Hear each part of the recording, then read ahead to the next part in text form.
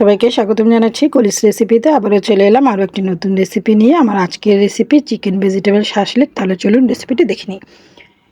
রেসিপিটি তৈরির জন্য এখানে আমি 500 গ্রাম বোনলেস চিকেন নিয়েছি, আর চিকেনের টুকরোগুলোকে এরকম কিউব করে কেটে নিয়েছি, ভালো করে ধুয়ে পানি ঝরিয়ে নিয়েছি।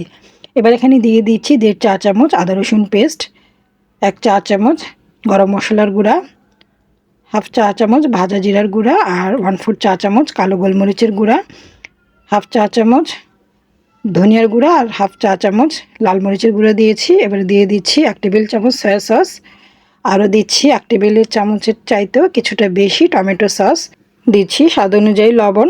যেহেতু সসে লবণ দেওয়া আছে তাই লবণের পরিমাণটা এখানে একটু বুঝে ব্যবহার করতে হবে। এবারে সব কিছু একসাথে খুব ভালো করে চিকেনের সাথে মিক্সড করে নিচ্ছি। আর কেউ চাইলে কিন্তু এখানে টক দইটাও ব্যবহার করতে পারেন, তবে আমি আজকে টক দই ছাড়াই এই চিকেনটা ম্যারিনেট করে রাখবো 30 মিনিটের জন্য। এখানে আমি কিছু ক্যাপসিকাম কিউব করে কেটে নিয়েছি পেঁয়াজ, আর নিয়েছি গাজরটাকে কিউব করে কেটে ফুটন্ত গরম পানিতে জাস্ট 2 মিনিটের মতো বয়েল করে নিয়েছি। এতে করে গাজরটা যে দ্রুত সেদ্ধ হয়ে যাবে। যেহেতু গাজরটা সেদ্ধ হতে একটু সময় নেই, তাই 2 মিনিট বয়েল করে নিলে গাজরটা কিন্তু শক্ত থাকবে না, খুব সুন্দরভাবে চিকেনের সাথেই সেদ্ধ হয়ে যাবে। আর এবারে একটি শাসলিকের কাঠির মধ্যে একে একে চিকেন গেঁথে নিচ্ছি। এক পিস করে চিকেন দিয়েছি, তারপর দিয়েছি 1 পিস গাজর, 1 পিস ক্যাপসিকাম, তারপর দিচ্ছি 1 পিস পেঁয়াজ। আর পেঁয়াজটাকেও কিন্তু একটু মোটা করে কেটে নিয়েছি। আপনাদের হাতের কাছে যদি আরও বড় সাইজের পেঁয়াজ থাকে সেটাও ব্যবহার করতে পারেন, এতে করে দেখতে কিন্তু আরও বেশি সুন্দর লাগবে। আবারও চিকেনটা দিয়ে দিচ্ছি গাজর, ক্যাপসিকাম, আর শেষ পর্যায়ে আবারও একটি চিকেন দিয়ে দিচ্ছি। এভাবে করে আপনারা আপনাদের পছন্দ মতো চিকেন ভেজিটেবল দিয়ে একটার পর একটা দিয়ে এই শাসলিকের কাঠিটাকে সাজিয়ে নিতে পারেন। আর একই প্রসেসে সবগুলো শাসলিকের কাঠি সাজিয়ে নিতে হবে।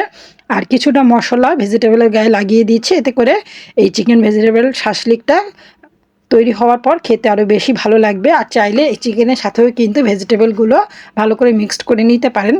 এবার শাসলিকটা তৈরি করার জন্য একটি প্যানে দিয়েছি 2 টেবিল চামচের মতো সরিষার তেল। অবশ্যই এখানে সরিষার তেলটা ব্যবহার করার চেষ্টা করবেন, এতে শাসলিকের ফ্লেভারটা এবং টেস্ট দুটোই বেশ ভালো আসবে। তেলটা কিছুটা গরম হয়ে আসলে একে একে শাসলিকগুলোকে দিয়ে দিয়েছি। আর প্রথম ব্যাচে যতটুকু শাসলিক দেওয়া যায় ততটুকু শাসলিক এখানে ব্যবহার করব।